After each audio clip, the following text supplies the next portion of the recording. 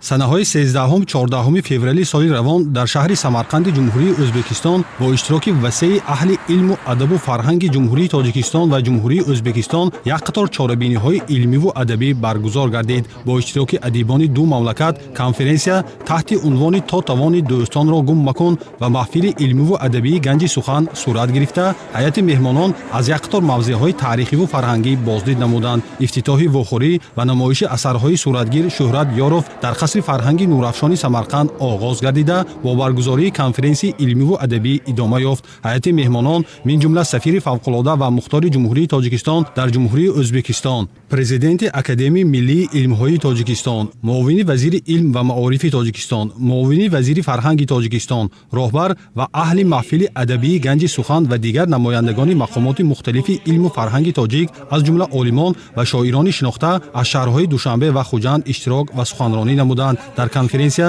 гузоришҳои пурмуҳтаво аз ҷониби адибону донишмандони ду кишвар ироа гардид ва муҳимтарин андешаҳо доир ба таърих ва ояндаи дӯстии халқҳои тоҷику ӯзбек, мустаҳкам намудани ин дӯстиву бародарӣ зикр шуд. имрӯзҳо таҳти сиёсати оқилонаи асосгузори сулҳу ваҳдати миллӣ, пешвои миллат, президенти Ҷумҳурии Тоҷикистон муҳтарам Эмомалӣ Раҳмон ва президенти Ҷумҳурии Ӯзбекистон муҳтарам Шавкат Мирзиёев робитаи иқтисодиву иҷтимоӣ, фарҳангиву адабии ду кишварӣ ба ҳам дӯст Тоҷикистон ва Ӯзбекистон рушд меёбад. дар партави ин сиёсат вилояти Суғд бо вилоятҳои Тошканду Самарқанд, Фарғонаву Намангон ва дигар минтақаҳои Ҷумҳурии Ӯзбекистон равобити иқтисодиву фарҳангӣ ва илмиву адабиро вусъат мебахшад. давоми 2 соли охир танҳо маҳфили илмиву адабии ганҷи сухан ба шаҳру ноҳияҳои водии Фарғона, Тошканд ва ниҳоят Самарқанд сафар карда робитаи илмиву адабии муҳаққиқону донишмандони ду кишварро вусъат бахшид. дар ҷараёни конференсия аз ҷониби ҳунармандони маъруфи Ӯзбекистон ва Тоҷикистон суруду мусиқӣ ва рақсҳои зебо тақдим гардид. худи ҳамин рӯз меҳмонон ба хонамузеи устод Садриддин Айнӣ ташриф оварданд ва ба ин осорхона нигораҳо ва китобҳо аз Осорхонаи миллии Тоҷикистон ворида шуд. дар осорхонаи мазкур суҳбатҳои судманди илмӣ дар бораи фаъолияти қаҳрамони Тоҷикистон Садриддин Айнӣ сурат гирифт ва мулоқотҳои гарму самимӣ бо сокинони тоҷикзабони шаҳри Самарқанд, адибону донишмандон ва донишҷӯён рӯи кор омад. меҳмонон он рӯз аз мавзеъҳои таърихии Самарқанди Бостон ва осорхонаи археологии донишгоҳи Самарқанд боздид намуданд. бузургмардони сиёсату давлатдорӣ, сарварони имрӯзии кишвари ба ҳам дӯст, асосгузори сулҳу ваҳдати миллӣ, пешвои миллат, президенти муҳтарими мо Эмомалӣ Раҳмон ва президенти Ҷумҳурии Ӯзбекистон Шавкат Мирзиёев воқеан имрӯз хеле густариш ёфта истодааст ва дар партави ҳамин сиёсат буд ки хеле ҳам маҳфили зебои ганҷи сухан дар шаҳри Самарқанди Бостонӣ сурат гирифт ва ганҷи сухан ин яке аз маҳфилҳои беҳтарини фарҳангӣ ки дар вилояти Суғд амал мекунад, аллакай обрӯ эътибори байналмилалиро дорад. чунки то ин дам аллакай дар шаҳрҳои Тошканд, дар шаҳрҳои масалан Фарғона ва дигар нуқтаҳо, яъне берун аз кишвар ҳамин хел сурат гирифтанд ва дар доираи ҳамин маҳфили ганҷи сухан дар давоми 2 рӯз ҳамин қадр чорабиниҳои зиёд сурат гирифт ки ман гувоҳ мекунам ки ин боз ҳам дӯстию рафоқат, самимият, садоқати байни ду халқ ҳаст, боз ҳам мин баъд ҳам сахтар зиштар мешавад.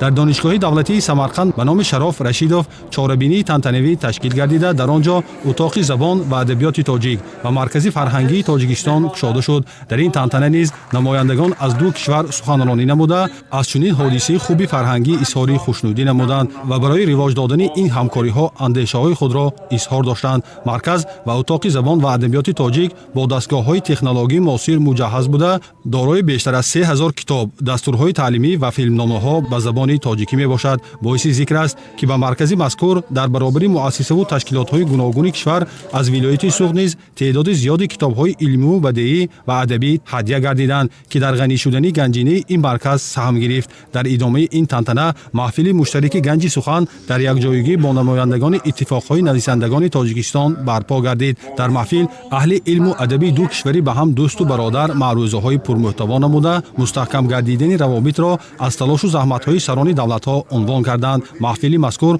бо шеърхонии шоирони маъруфи ду ҷониб бисёр гарму самимӣ сурат гирифт. ҳини суханронӣ роҳбари маҳфили илмиву адабии ганҷи сухан аз равобити илмиву фарҳангии вилояти суғд бо минтақаҳои гуногуни ҷумҳурии Ӯзбекистон ёдовар гашт. ҳамзамон бо мақсади боз ҳам мустаҳкам гаштани ин равобит ва ҷалби ҳарчи бештари ихлосмандон ва ҳаводорони ашъори пурмуҳтавои адабиёти тоҷик аз номи роҳбарияти мақомоти иҷроии ҳокимияти давлатии вилоят раиси вилояти суғд Раҷаббой Аҳмадзода ва китобхонаи донишгоҳи давлатии Самарқанд ба номи Шароф Рашидов китобҳои тозанашр тақдим гардид. ҳайати меҳмонон аз шаҳри Душанбе, аз шаҳри Тошканд, аз худи Самарқанд бипайваст ва мо дар як ҷое ки таи 2 рӯз силсилаи чорабиниҳоро рӯи кор овардем. ман мехоҳам зикр кунам ки маҳфили илмию адабии ганҷи сухан рӯзи дуввум баргузор шуд ва дар он хушбахтона беҳтарин муҳаққиқон, донишмандон, адибони ҳам тоҷик ҳам ӯзбек ширкат варданд.